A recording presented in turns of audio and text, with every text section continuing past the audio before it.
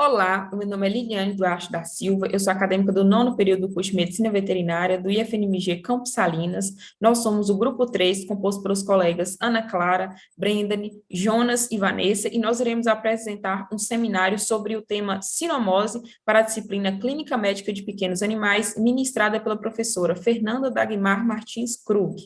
Bom, com relação à etiologia da doença da sinomose, ela é uma doença altamente infecto-contagiosa, provocada por um morbilivírus da família Paramyxoviridae. Então, esse morbilivírus, ele possui diferentes cepas com característica altamente virulenta e neurotrópica. Então, é característico da sinomose a sua ocorrência em fases, né? Então, a gente tem acometimento na fase 1 oftálmica, acometimento respiratório, tegumentar, digestivo e acometimento neurológico, né? E a sintomatologia característica de cada fase.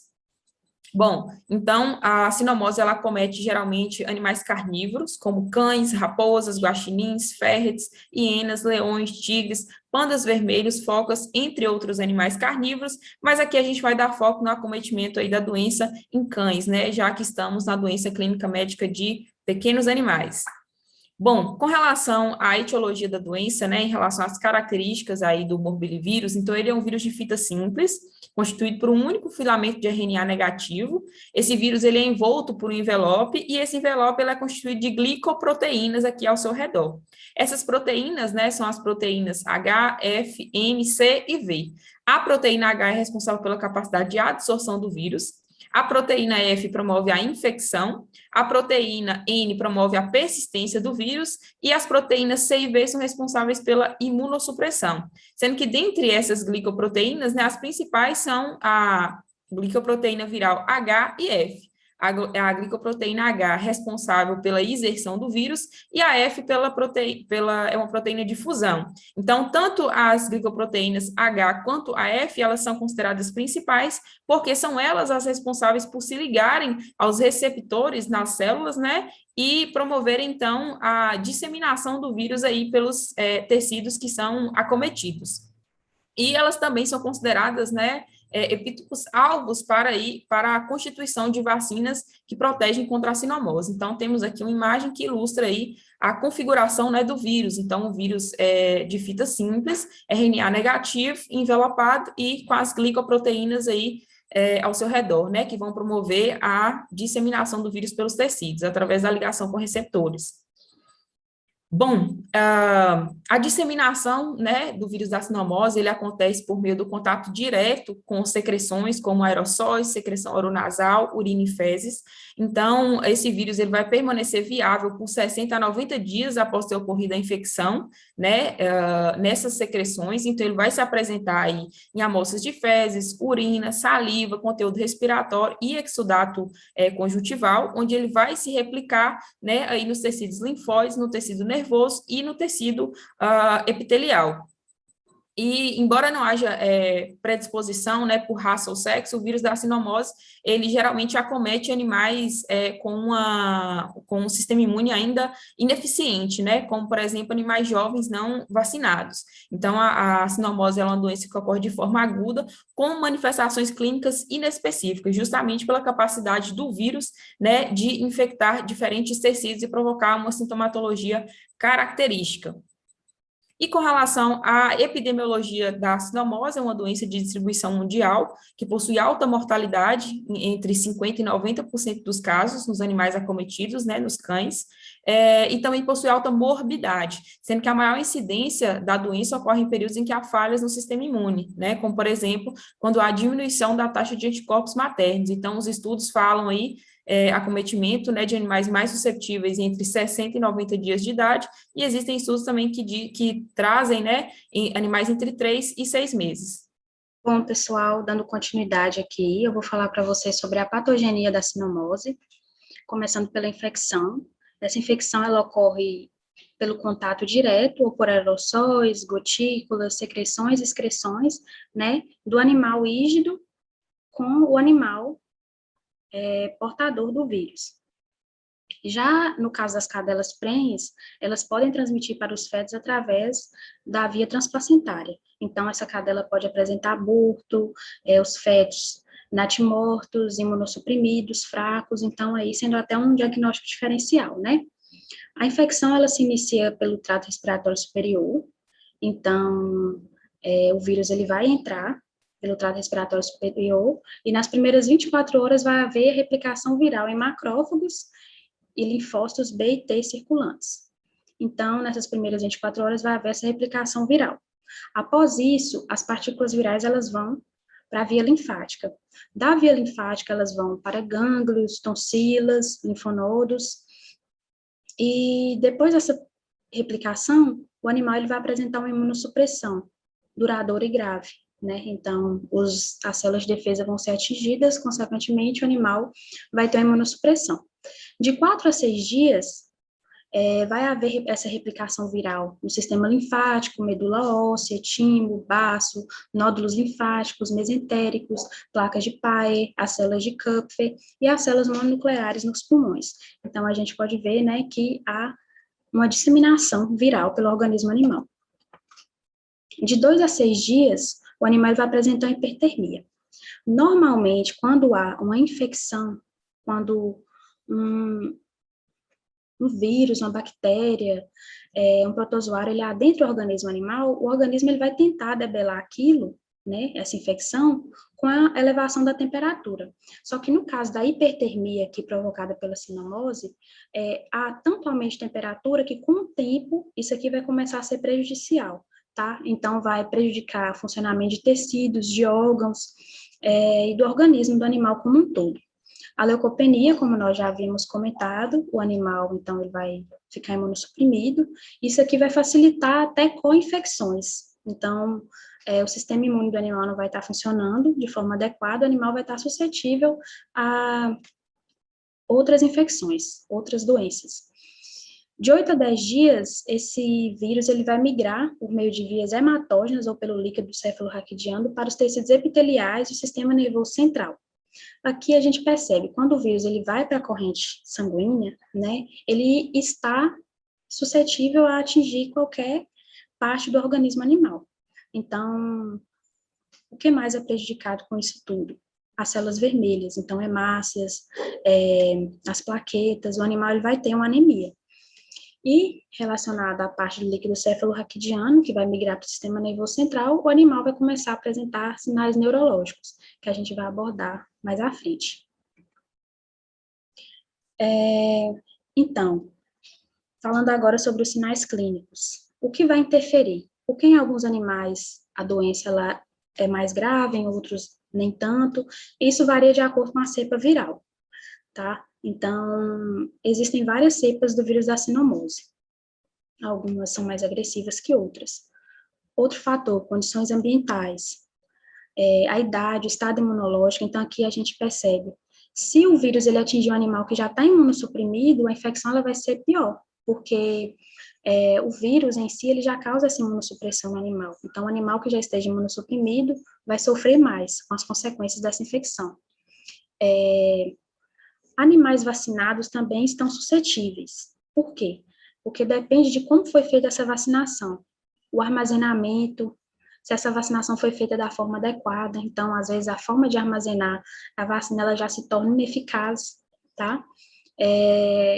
Esse vírus, essa replicação viral, provoca destruição dos pneumócitos, das células dos bronquíolos, macrófagos da região dos alvéolos, então vai reduzir o aporte de oxigênio nesses tecidos, consequentemente o animal ele vai ter uma dispneia, ele pode apresentar uma broncopneumonia, tosse úmida e produtiva também.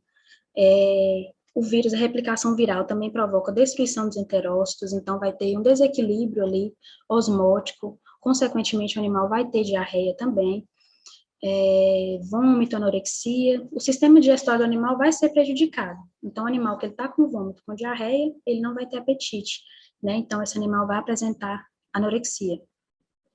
Secreções nasais e oculares também são comuns.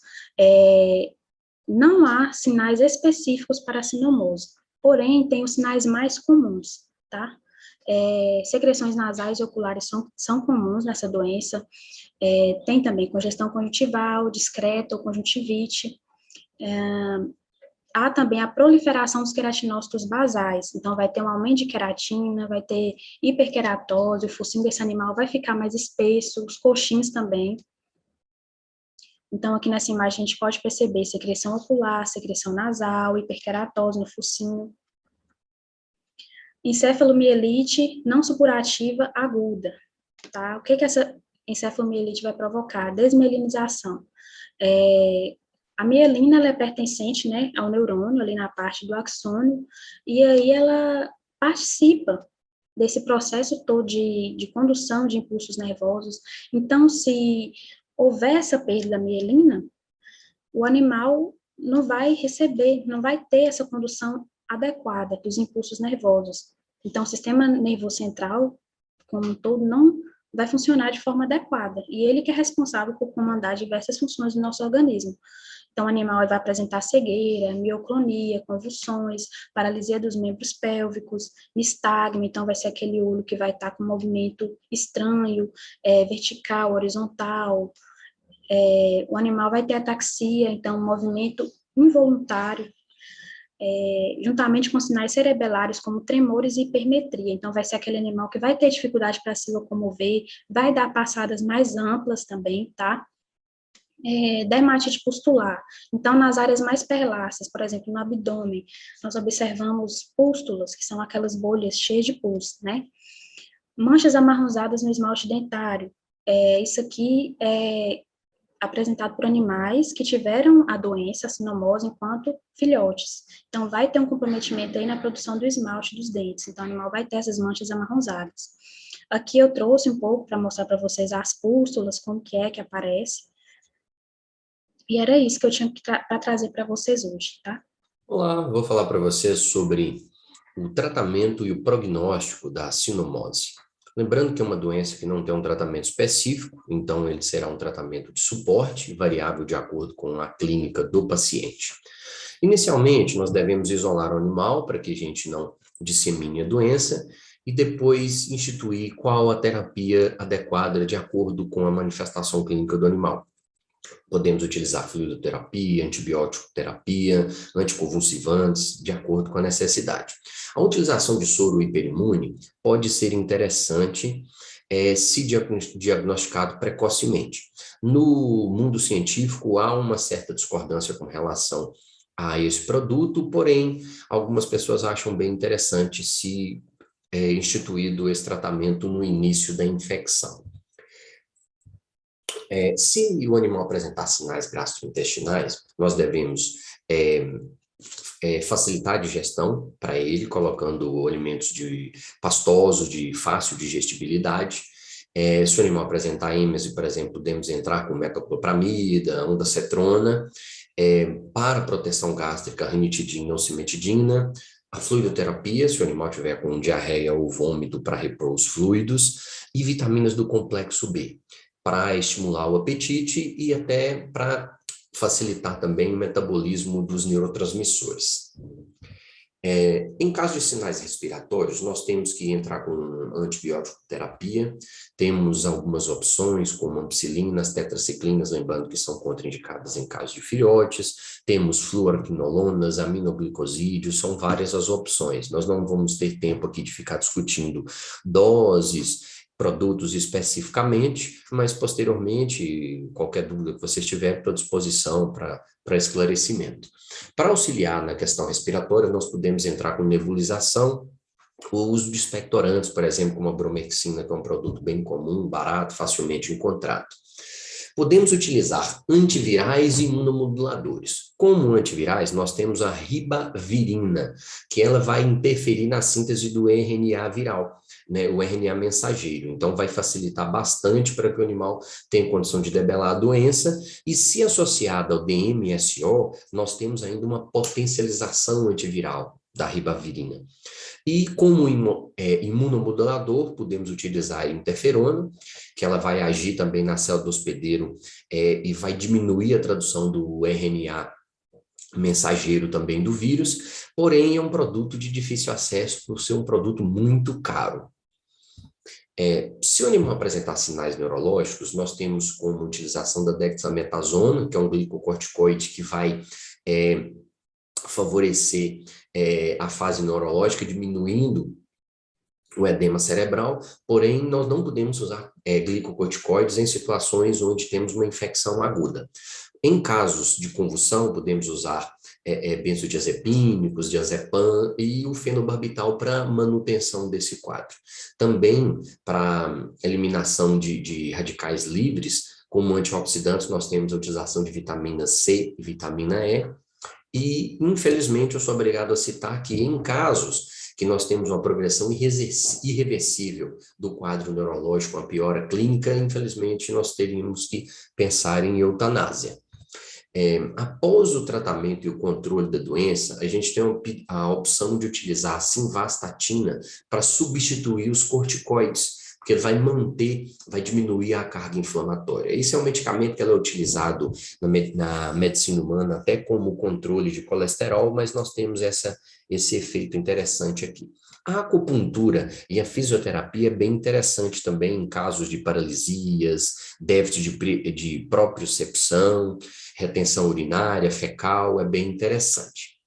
E o prognóstico é reservado, principalmente se pensarmos em animais mais jovens, imunossuprimidos, e animais que tenham já um quadro neurológico bem avançado, é um prognóstico bem reservado. E para finalizar, gostaria de desmistificar um pouquinho a sinomose, mostrando alguns dados como 50% dos animais infectados vão ter a doença subclínica, então não vão manifestar a doença para a gente aí. Muitas pessoas acham que tendo contato com a doença animal com o vírus, já vai manifestar a doença, não ocorre bem assim. 30% dos animais apresentam sinais neurológicos. Desses 30%, a situação já é bem mais complicada, porque 95% desses animais com sinais neurológicos têm probabilidade de ir a óbito. E 20% dos animais apresentam sinais sistêmicos, mas normalmente esses animais se recuperam. É isso aí, estamos à disposição para qualquer esclarecimento de dúvidas.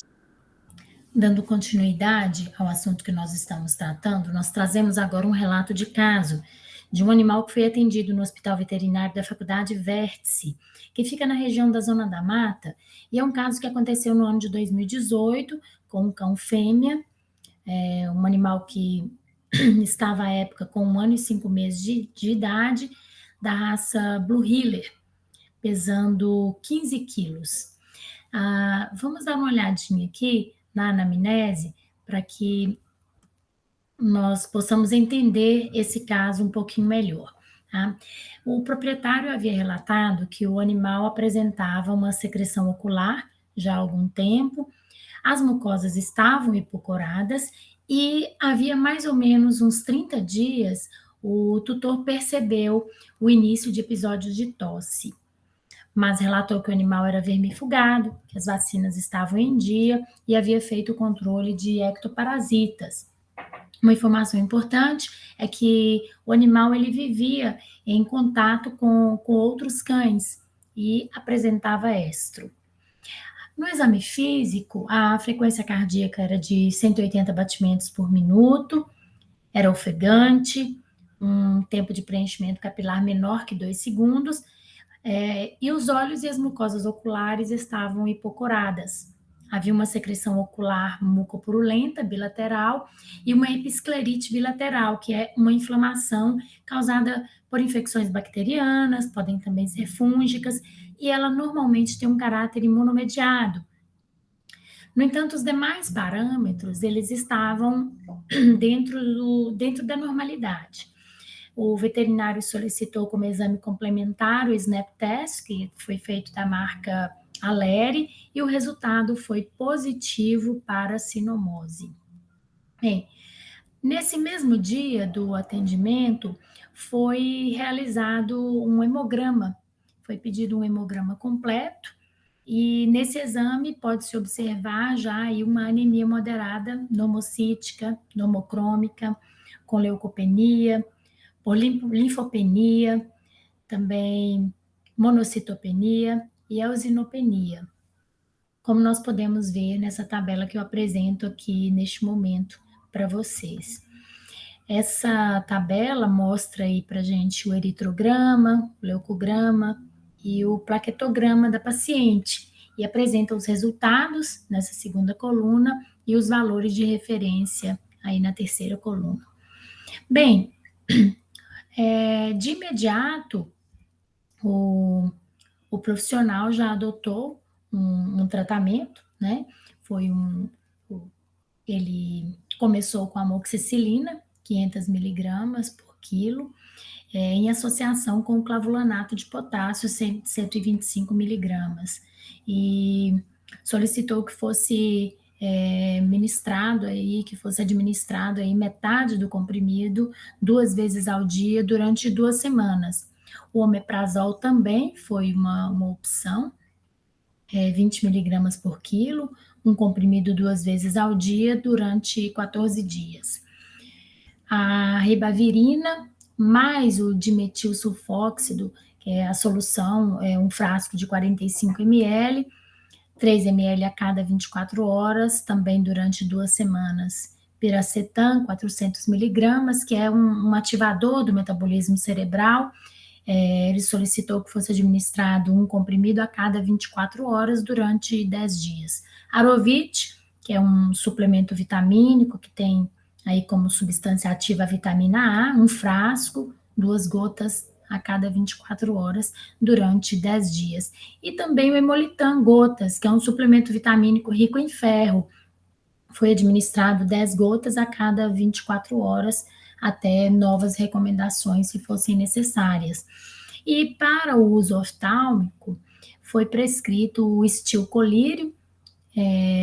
A indicação foi instilar uma gota em ambos os olhos a cada 8 horas durante 10 dias, além do Lacrima Plus, né, que foi sugerido instilar uma gota também em ambos os olhos a cada 3 horas. E aí, ao término do atendimento, neste dia, de toda essa orientação de conduta, o animal foi liberado e foi iniciado o tratamento em domicílio. E foi recomendado também pelo médico veterinário isolar o animal e estimular a alimentação. Aconteceu que, após 12 dias, o proprietário retornou ao hospital veterinário com queixas de que o animal apresentava crises convulsivas. E o animal, então, foi internado, permaneceu no hospital em fluidoterapia, à base de Ringer simples, e foi medicado também com diazepam, que é um anticonvulsivante por via intravenosa, na dose de 2 miligramas por quilo. Já no segundo dia de internação, a cadela apresentou ataxia, né, a falta de coordenação no movimento dos membros, e mioclonia. Essas duas situações, elas estavam bem evidentes, né? A mioclonia, que são as contrações musculares involuntárias. Então, esses sinais que foram apresentados, quando o tutor retornou, ele percebeu que esses sinais já estavam muito evidentes e a cadela já apresentava um quadro mais avançado da enfermidade, apesar de toda a conduta orientada e da medicação que foi utilizada. Bom, gente, no relato de caso que a gente escolheu, né, a cadela foi diagnosticada com sinomose. Sanders, em 2006, diz que o diagnóstico de sinomose ele independe do sexo e da raça do animal, porém pode ocorrer com mais frequência, né, em animais com cerca de 60 a 90 dias de idade, devido à diminuição dos anticorpos maternos, e também com mais frequência em animais com 7 a 9 anos. Feitosa, em 2014, diz que a causa, né, das mucosas hipocoradas, da palidez, deve se estabelecer se é pela hipoperfusão ou devido à anemia.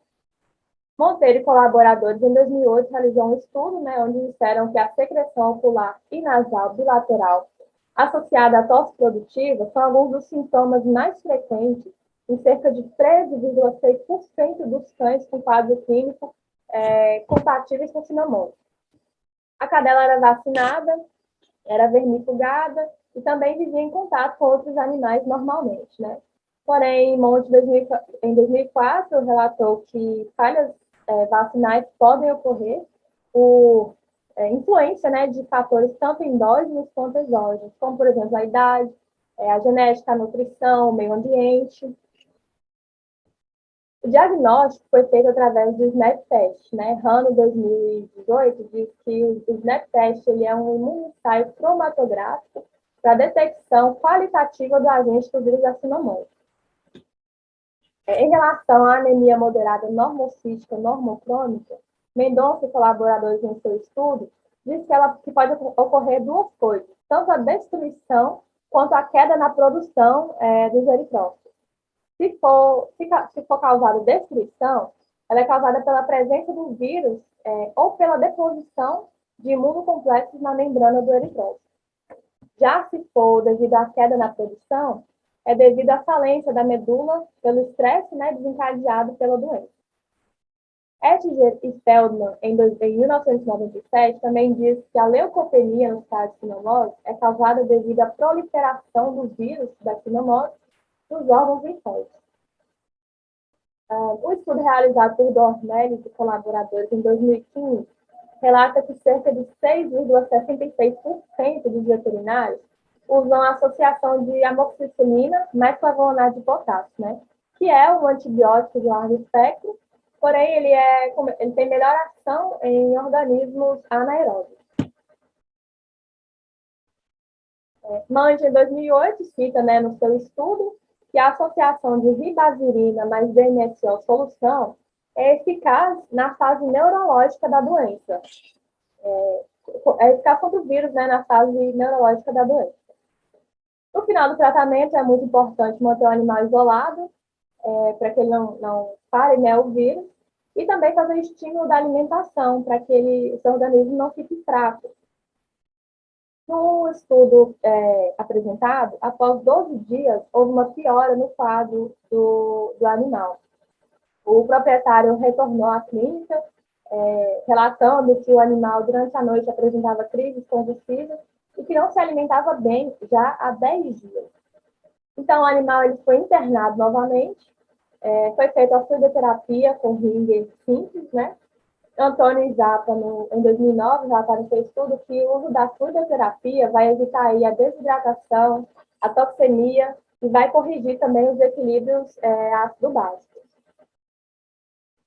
Foi feito também o uso do diazepam para as crises convulsivas, né? Espinosa e colaboradores de 2011 diz que o uso do diazepam em crises convulsivas tem um efeito imediato. No dia seguinte, houve uma piora do quadro neurológico do animal. O relato de caso não diz se o animal sobreviveu ou não. Enfim, dentre os sintomas apresentados pelo animal, tinha a miotonia também, né? E Green, em 2006, diz que a miotonia, nos casos de cinomose, é intratável e irreversível. E como conclusão, nós vemos aí que apesar do animal ter sido vermiculado, imunizado corretamente, essa imunização foi ineficaz. Então, o tratamento da doença ele deve ser realizado o quanto antes possível para a eliminação correta do agente e também para evitar a piora do quadro, né? No mais, é isso. Essas foram as referências que a gente utilizou. E muito obrigada. Qualquer dúvida, é só falar aí no chat.